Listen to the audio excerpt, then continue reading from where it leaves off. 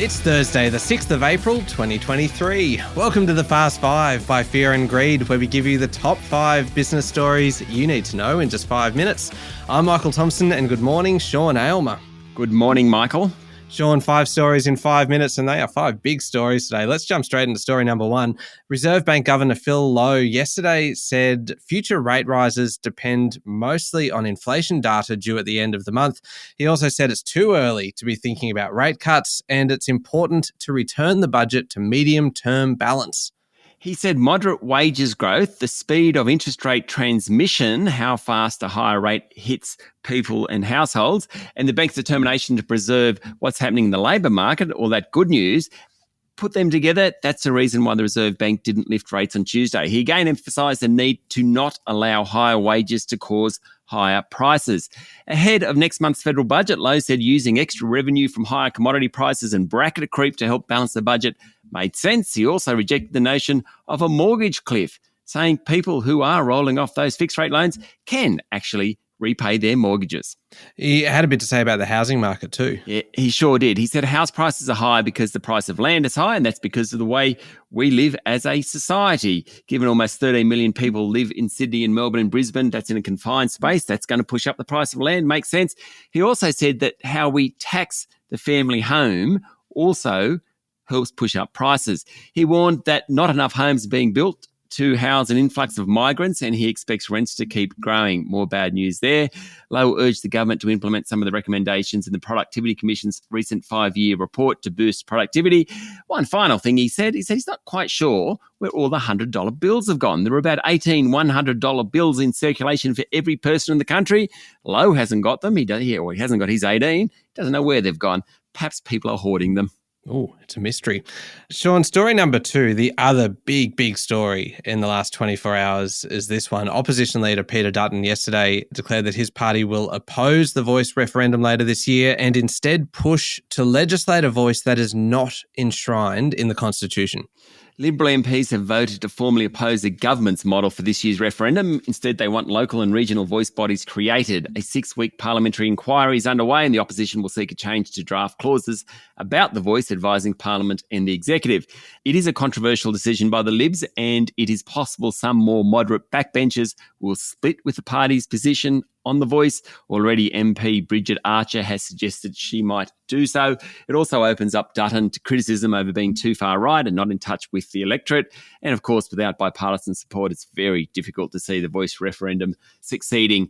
Dutton blamed Prime Minister Anthony Albanese yesterday, saying he hadn't provided enough detail. He said he had consulted with Indigenous leaders, and he thought that the Albanese model was dividing Australia. Interestingly, the decision was made after a news poll in The Australian showed that the Voice referendum would pass the required majority in terms of states and actual people if it was put to a vote. Sean, story number 3, there are reports this morning that Beijing has invited Prime Minister Anthony Albanese to visit later in the year, which is a very visible sign of the warming relationship between the two countries. The South China Morning Post reported that the Chinese government has issued an invitation in principle to the Prime Minister, and the timing could mark the 50th anniversary of the first visit to China by an Australian PM. That, of course, was Gough Whitlam. A Chinese Foreign Ministry spokesperson wouldn't comment, but said China hoped to uphold the principles of mutual respect and bring the bilateral relations back on track. Any visit would be very high profile and likely to come with some type of agreement between the two countries on trade. We're still smarting about those protectionist policies that wiped out about $20 billion worth of exports. Hopefully, if they meet, something will come of that.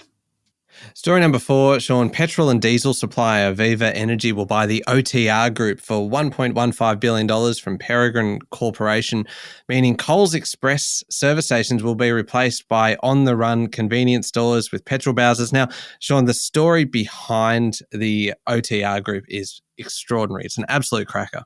Yes. So OTR was started in the 1980s, the mid-1980s, when a Lebanese immigrant, the late Fred Shahin, couldn't find a job, arrived in the country, couldn't find a job, so he answered an ad in the paper. He bought a BP petrol station as a result in the working class suburb of Woodville Park in Adelaide. It came with a house, which is actually why he bought it. That was a big part of the attraction. Now his sons have sold it for $1.15 billion.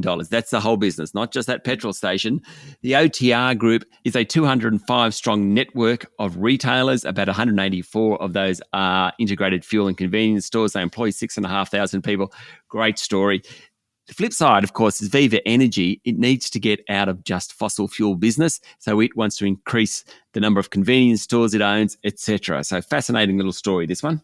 Yeah, it is a cracker, as I said. Sean, story number 5, last one. It has been everywhere, but it's worth quickly revisiting what happened yesterday in the United States, where New York prosecutors alleged that Donald Trump conspired to illegally influence the 2016 election through a series of hush money payments designed to silence claims that he feared would be harmful to his presidential candidacy.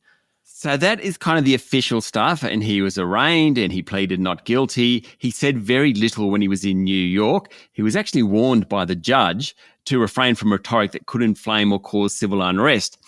He flew back to Florida and he let fire. He called the justice system lawless and Manhattan District Attorney Alvin Bragg a criminal.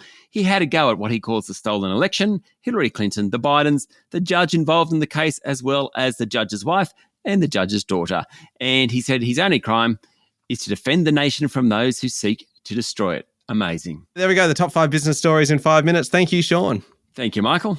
It's Thursday, the 6th of April, 2023. Remember to hit follow on the podcast. If 5 minutes isn't enough, you can find our longer daily show called Fear and Greed wherever you listen to podcasts. And don't forget, the Amazon Echo smart speaker range comes with Alexa built in. Simply say, Alexa, play the Fast 5 by Fear and Greed podcast to catch the latest episode. You can get yours now at amazon.com.au. I'm Michael Thompson, and that was the Fast 5 by Fear and Greed. Have a great day.